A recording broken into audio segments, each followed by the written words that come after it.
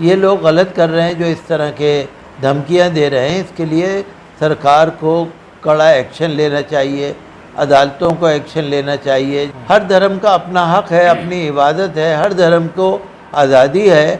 تو جہاں پر بھی ایسا ہوتا ہے تو ہم اس کی کڑی مذمت کرتے ہیں. اور میں مسلمانوں سے بھی یہی کہوں گا کہ علاقے کے لوگوں کے ساتھ مل جل کر کام کریں، کسی طرح دہشت میں نہ آئے، خوف میں نہ آئے. جو لوگ دھمکیاں دے رہے ہیں ان کے اوپر UAPA لگایا جائے، NSA لگایا جائے. یہ لوگ دیش کے وفادار نہیں، دیش کے غدار ہیں. یہ آتنکواد پھیلا رہے ہیں. جو چینل ہے نا وہ تو فتنہ پھیلاتے ہیں. ڈیبیٹ پہ وہ لوگ مسلمانوں کو اس لیے بلاتے ہیں تاکہ ہندوؤں کا پولرائزیشن ہو جائے.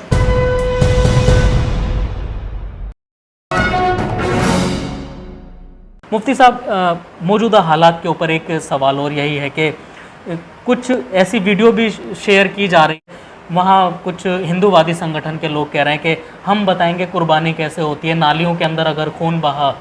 تو اس طریقے کے بیان کو آپ کس طرح دیکھتے ہیں؟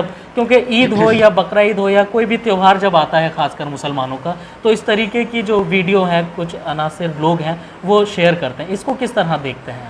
یہ بہت دکھ کی بات ہے، افسوس کی بات ہے. بھارت یہ سب کا ہے. بھارت کے 140 کروڑ عوام، یہ ہمارے بنیادی حقوق ہیں، فنڈامنٹل رائٹس ہیں، ہمارا آئین ہے، سنویدھان ہے، ہمارا قانون ہے. یہ لوگ غلط کر رہے ہیں جو اس طرح کے دھمکیاں دے رہے ہیں. اس کے لیے سرکار کو کڑا ایکشن لینا چاہیے، عدالتوں کو ایکشن لینا چاہیے. جو انتظامیہ ہے اس کو کارروائی کرنی چاہیے. مسلمانوں کا حق ہے کہ وہ نماز بھی پڑھیں، قربانی بھی کریں. ہر دھرم کا اپنا حق ہے، اپنی عبادت ہے، ہر دھرم کو آزادی ہے. تو جہاں پر بھی ایسا ہوتا ہے تو ہم اس کی کڑی مذمت کرتے ہیں اور سرکار سے مطالبہ کرتے ہیں کہ مسلمانوں کو نماز کے لیے اور قربانی کے لیے مکمل انتظامات کرائے جائیں، اور جو بیڈ ایلیمنٹس ہیں یا شرارتی عناصر ہیں ان کے اوپر کڑی کارروائی کی جائے. اور میں مسلمانوں سے بھی یہی کہوں گا کہ علاقے کے لوگوں کے ساتھ مل جل کر کام کریں، کسی طرح دہشت میں نہ آئے، خوف میں نہ آئے. اور ہمارے مذہب اسلام میں ہر طرح کی گنجائش ہے. اگر آپ کہیں قربانی نہیں کر سکتے کسی مجبوری سے تو اپنے رشتہ دار سے کہہ کے دوسرے محلے میں یا دوسرے شہر میں بھی کرا سکتے ہیں.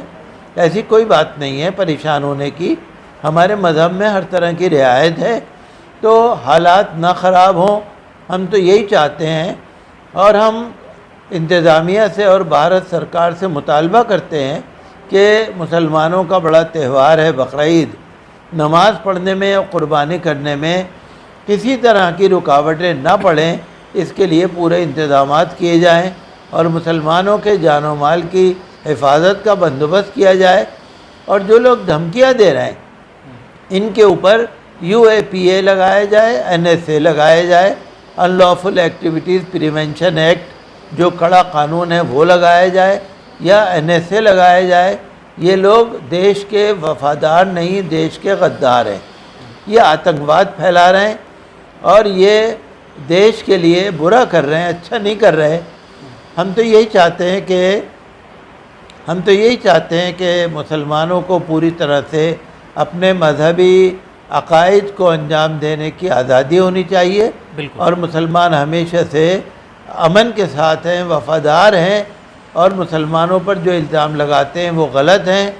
اور جو لوگ دھمکیاں دے رہے ہیں وہ اسنویدھانک کام کر رہے ہیں، ان کے اوپر کارروائی ہونی چاہیے. مفتی صاحب، ایک جو ہے مین اسٹریم میڈیا میں زیادہ تر ڈیبیٹ آج کل دیکھنے کے لیے مل رہی ہے. ایک تو وہ 72 حوروں والا جو مسئلہ ہے، ایک تو یہ، اور اب ساتھ ہی میں آ گیا ہے یونیفارم سول کوڈ. یہ دو معاملے جو ہیں سوشل میڈیا پہ ہو یا مین اسٹریم میڈیا میں گرمائے ہوئے ہیں. سب سے پہلا سوال میں یہی کروں گا آپ سے کہ یہ جو یونیفارم سول کوڈ ہے اس کو کس طرح دیکھ رہے ہیں آپ؟ یونیفارم سول کوڈ کا مطلب یہ ہے کہ بھارت میں جتنے لوگ رہتے ہیں سب کے لیے ایک ہی جیسا قانون ہونا چاہیے. ہندو، مسلم، سکھ، عیسائی، جین، بودھ، پارسی، دلت، SC ST، آدیواسی، OBC، جتنے بھی لوگ ہیں. اب یہ تو ممکن نہیں ہے. دیکھیے، سب کا اپنا اپنا عقیدہ ہے، سب کا اپنا اپنا مذہب ہے، اور سب کو اپنے مذہب سے لگاؤ ہے. اور مسلمانوں کی بھی شریعت ہے اسلامی شریعت ہے، مسلمانوں کو اس سے لگاؤ ہے، وہ ان کا عقیدہ ہے، وہ ان کا ایمان ہے۔ ہم تو یہ چاہتے ہیں کہ یونیفارم سول کوڈ نہ آئے، اور مسلمانوں کے لیے یہ کسی بھی طرح قابل قبول نہیں ہے۔ اور میں تو اخبارات میں میرے بیان سنا اور پڑھا دیکھا میں نے کہ ہندو بھائیوں کو بھی اس میں اعتراض ہے۔ یہ تو ایک سیاسی مدعا بن کے رہ گیا ہے۔ لوگ الیکشن کے لیے، پولرائزیشن کے لیے، ہندو بھائیوں کو بہکانے کے لیے، مدعوں سے بھٹکانے کے لیے، ہندو بھائیوں کو بہکانے کے لیے یہ اس طرح کے مدعے لے آتے ہیں۔ تو یونیفارم سول کوڈ کے ہم مخالف ہیں، اور دیکھیے کیا آتا ہے یونیفارم سول کوڈ۔ اس سے پہلے لا کمیشن جتنے بیٹھے ہیں انہوں نے بحثیں کی ہیں، لیکن وہ اس میں کامیاب نہیں ہوئے، اور اب یہ سیاسی لگتا ہے مجھے کہ حکومت کی کوئی نظر ہے اس طرح کی ہے، وہ الیکشن جو آ رہا ہے 24 میں، اس کے نظر رکھ کے کچھ کیا جا رہا ہے۔ تو ہمیں سب کو مل کر اس کی مخالفت کرنی چاہیے۔ جو ویب سائٹ دیا ہے اس ویب سائٹ پر جا کر اس کو اپوز کرنا چاہیے، اور آل انڈیا مسلم پرسنل لا بورڈ کو اس میں بہت زیادہ ایکٹیو ہونا چاہیے، تمام لوگوں سے بات کر کے، اور جو بھی طریقہ اس کو اپنایا جائے۔ دیکھیے آج کل مسلمان جو ہے نا وہ انٹرنیٹ سے بہت کم جڑے ہوئے ہیں، جی، تو انٹرنیٹ پہ جڑے ہوئے نہیں ہیں، ویب سائٹ کو جانتے نہیں ہیں، تو لا کمیشن میں مسلمانوں کی رائے داخل کرنے کے لیے اس میں جانکار لوگوں کو لگنے کی ضرورت ہے۔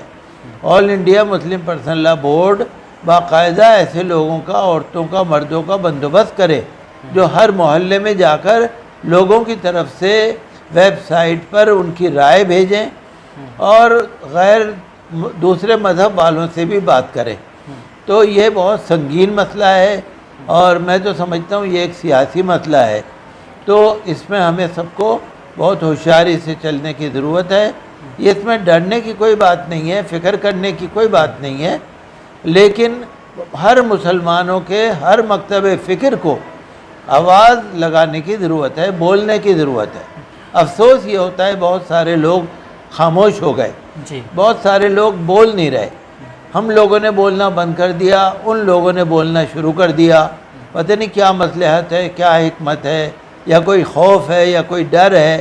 اپنے حق کی آواز کو بلند کرنا چاہیے، اور جائز طور سے قانون کے دائرے میں رہ کر اگر ہم اپنی آواز اٹھائیں گے اور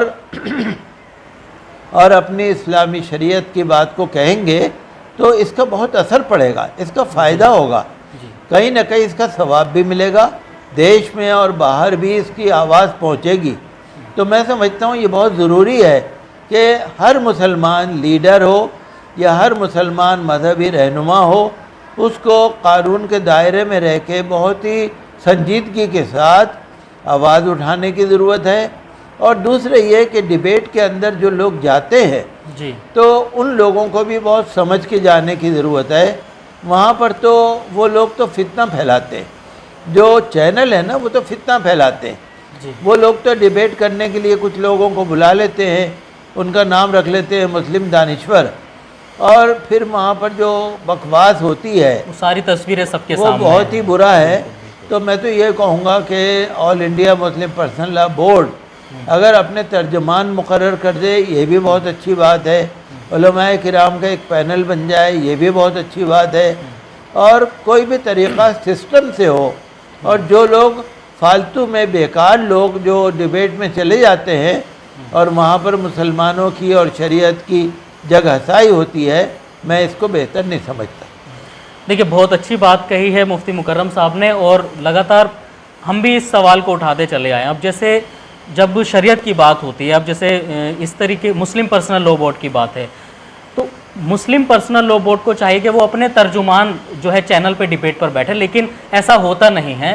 نہ تو مسلم پرسنل لا بورڈ نے کبھی اس طرف دھیان دیا، اپنے ترجمان کو جو ہے چینل پہ ڈیبیٹ کرنے کے لیے بھیجا۔ سو کولڈ جو علاقے کے لوگ ہوتے ہیں یا کہیں سے بھی اٹھ کر کے آ جاتے ہیں اور اپنے آپ کو مسلم دانشور اور مسلم اسکالر بن کر کے بیٹھ جاتے ہیں، اور تمام طریقے کی فضیحت اور بے عزتی جو ہے اپنی بھی کراتے ہیں اور پوری امت مسلمہ کی بھی کراتے ہیں، مسلمانوں کی بھی بدنامی کراتے ہیں اور اسلام کو بھی بدنام کرانے کا کام کرتے ہیں۔ مفتی صاحب اب تو ان کے خلاف لوگ سڑکوں پر بھی اتر رہے ہیں،